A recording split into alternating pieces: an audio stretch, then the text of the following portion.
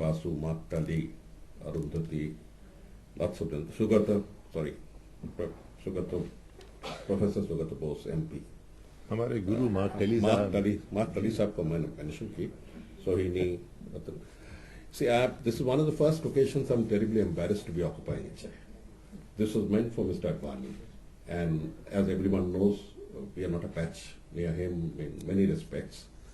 And one kami or one failing that I have is that I've never visited Pakistan, except in dreams. One has tried to find an occasion, but during my 4 years as culture secretary, there were tensions which sort of got in the way. I still hope that someday one will be able to go across, and I feel a bit jealous when I see lots of Pakistanis coming here and I'm stranded. Having said that, let me first congratulate Rima for this absolutely refreshing approach, for this wonderful book, and Majiha also for the photographic evidence. I'm using the word photographic evidence. You see, there is, had it not been for a book like this, there's a general impression, very impressionistic, that maybe nothing exists in Pakistan today. After all, at the end of the day, when you compare the populations, we have about 180 million Muslims here, practicing and non-practicing. Like, and we have मेरा रोजा आपने हराम कर दिया. So we have all shades like Javed Bhai, and there are only I think 4 million Hindus there. So obviously the tendencies are to believe in absolutes, and one would like to think that perhaps nothing exists, especially in the wake of spurts of news that don't bring good tidings. Having said that, I find Rima's approach very refreshing. In fact, of late I've been following in the social media a lot of Pakistani opinion makers, and I find them absolutely refreshing. Bold by any standards in any country, and plural. That's another thing that sort of was not in our mindscape. It was as if there was some amount of monopoly of the doctrine here. The call to conscience has already been mentioned as the byline. I would call it the subtext that runs all through. A very sympathetic treatment, and of course a subtext of please look after this heritage. Now, I wish I had the freedom of Mr. Naqvi at one point of time. I did have it, but with growing age, faith caught up with me. And it's a very simple faith, a faith in a master, and that is it, no rituals. And once you start believing in faith, one gets a little more, let us say, rooted to the universe. I had a period of freedom, if I may use the word. But then faith is something on which the whole universe rests. Somebody asked me at the Jaipur Lit Fest when we were discussing myths, why is it that we believe in myths? And if we take religion of some category to be consisting of a lot of myths, the term that I used was, why do you believe in geometry? You know a point can't exist. You know length without breadth, that is a line, can't exist. But unless you believe in these fundamentals, which may not exist in reality, you cannot build up the superstructure of knowledge. You have to have a faith that a line may exist actually without having length and breadth, and you can perhaps build up the rest of the calculations on that. I mean, that's my it's a weak explanation for having on there. But the point is, nobody touched on the two-nation theory. And it's time to perhaps take an open look.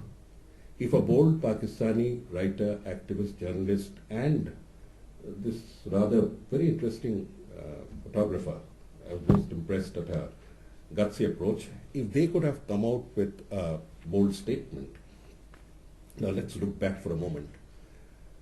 In 1947, when the choice was given, many moved, but many stayed back. It's an insult to those who stayed back in favor of a more committed, plural, open India. And who are the ones? If you look back at our composite culture, if you look back at what India represents, go back and hark back to those names. I can mention a lot of names of people who were Hindus and Christians.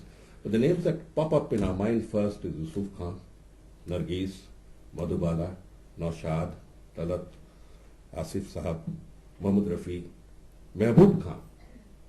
The entire structure of the idea of India was contributed by those who were born here and those who stayed back, even though they had an option. As I keep saying, 180 million people here, we owe it to those who laid down this solid structure where India stands today in the family of nations as perhaps the second one of this Asian century. It's not only a question of economics, it's not only a question of democratic politics, it is a question of a faith in an abiding system and all that goes. Now coming to the book, it fascinated me because she had this very composite approach. I'll just take a few nuggets and tell you. Hinglaj, as Nirmal Babu said, is something that's embedded in our minds because of this movie. All persons who hail from Bengal will be Marutirtha Hinglaj. Now, Hinglaj I was fascinated but I was not getting too many books. And my study is the history of religions, so I had to do some work. And I found that not a single place actually goes by a single name. The fact that Hinglaj also has Nani Ki Haj is an overture made by locals at some point of time in accepting a spot as sacred. That is all. Whether it is or not is for those who believe in faith to believe.